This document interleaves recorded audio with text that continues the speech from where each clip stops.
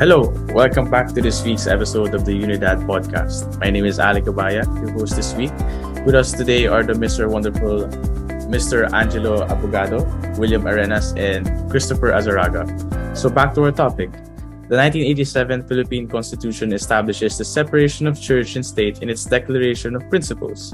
Although the concept respects boundaries between worldly and spiritual functions, church and state continue to have a special working partnership focused on the welfare of all. However, the previous Philippine government, traditional lines separating political from religious authority have been broken, leading to a dispute between the government and the Catholic hierarchy. The clash has brought up old concerns about the separation of church and state, particularly the integration of politics and religion. Within our context, is our participation in the left a disownment of our faith? Doesn't God rule His kingdom through His word and reason? What then does faith exactly play in the issues of our country faces? So Sachi, please share us your thoughts.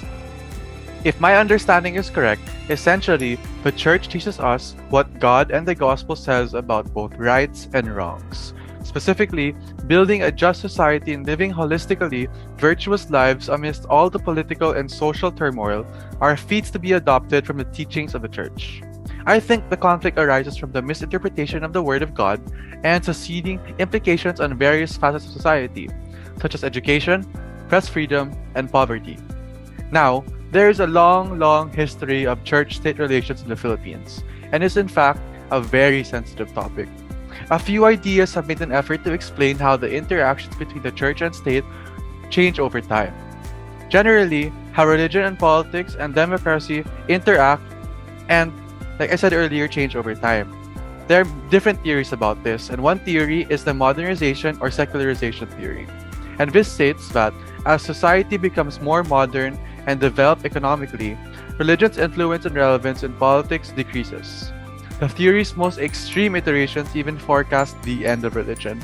The claim that religion is dying out is refuted by religious politics of the late 20th century, and continued practice of religion and spirituality in many nations.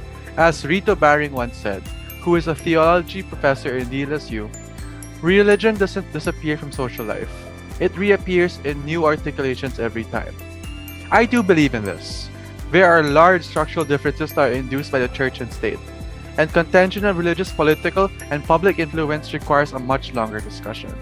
However, it is necessary to understand how many individual agency or vocation can help curb much of societal issues we face currently. I'm curious, William, what is the church's opinion on this? Sachi, it's great listening to your discussions so far. But, as you said,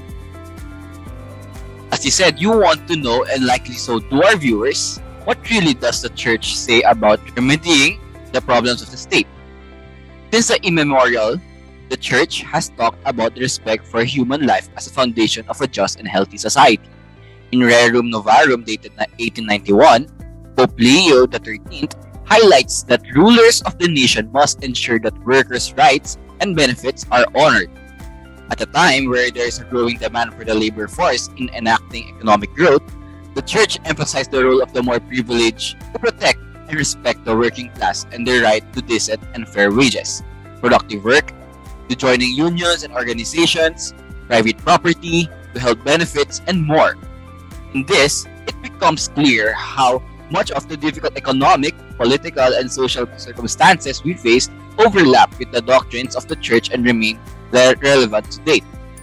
Another written document called the Quadragesimo Anno, all the way back from 1931, Pope Pius XVI condemned dictatorship and fascism, and made the point on reiterating that the functions of the leaders of the state are to watch over the vulnerable, and I quote, "For the nation, as it were, of the rich is guarded by its own defenses and is in less need of governmental protection, whereas the suffering multitude without the means to protect itself relies especially on the protection of the state."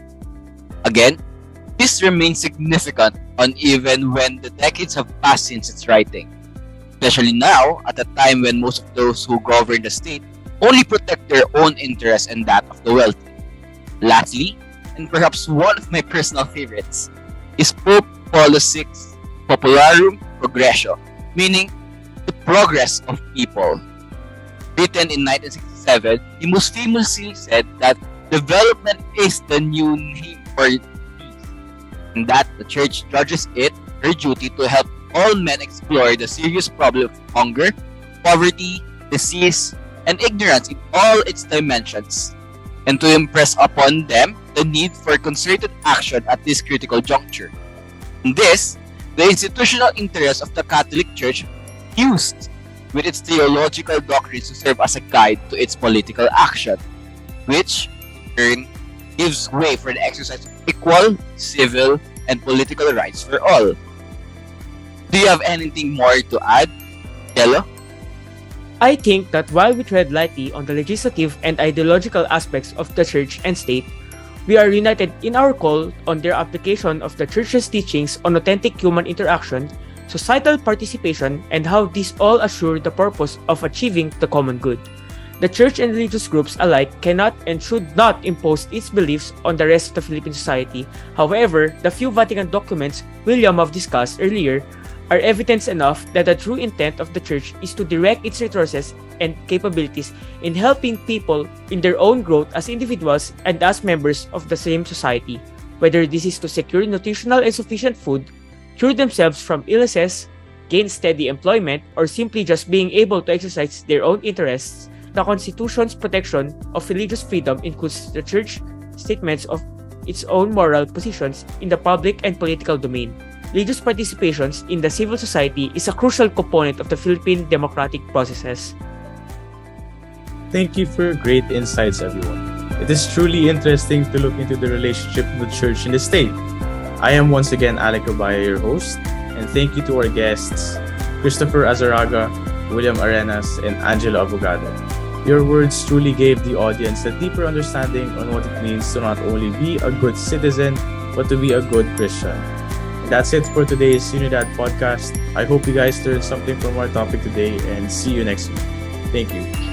Bye. Thank you, Alec. Thank you.